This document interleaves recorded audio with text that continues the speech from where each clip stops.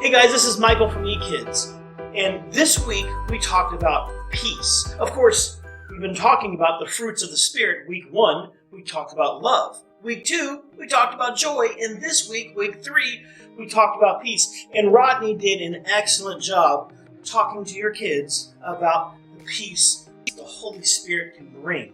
And he talked about in Matthew with the Sermon on the Mount how Jesus told us not to worry. I guess not worrying and peace is kind of the same thing. You know, I have to admit I struggle with this because I found ways that I can have joy in the midst of struggle. But even if I have joy, sometimes I'm still worried.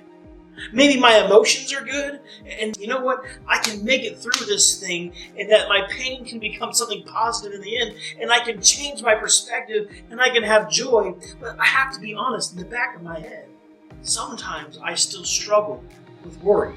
Do you? See, the thing is, guys, and I want to be real, sometimes things don't work out to where we think it's the best. Some of our friends die.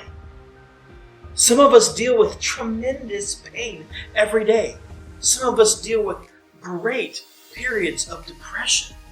Some of us deal with just some terrible things. We have friends that deal with terrible things, and our eyes are wide open, and we view our world, and we see all the pain and all the destruction and all the heartache, and sometimes we shake our fist at the sky and say, God, where are you?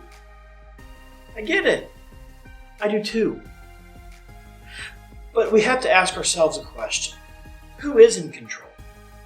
I do believe that God is in control. I believe that God knows how this thing works out. You know that there's eternity that we're looking forward to? Did you know that there is heaven that we will see? You know, some of our friends that do die, guess what? We will see them again. Death is not the end.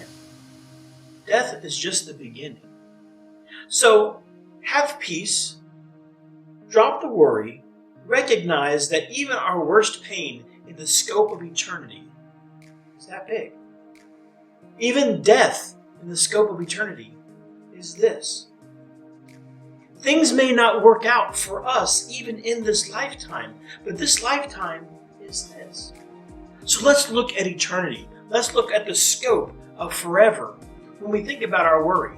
And I know that's hard to do, but I ask that this week you talk to your kids about trying to drop their worries, and that you try to be the example by dropping yours. A great thing to do is to pray with them every day this week. Pray with them about your worries and give those worries to God and trust that God knows what He's doing. Give Him glory and give Him your stuff. Lay it down, give it to Him, and trust that even if you don't feel like it's working out in your favor, that God's got it covered. Anyway, guys, I love you. Bye.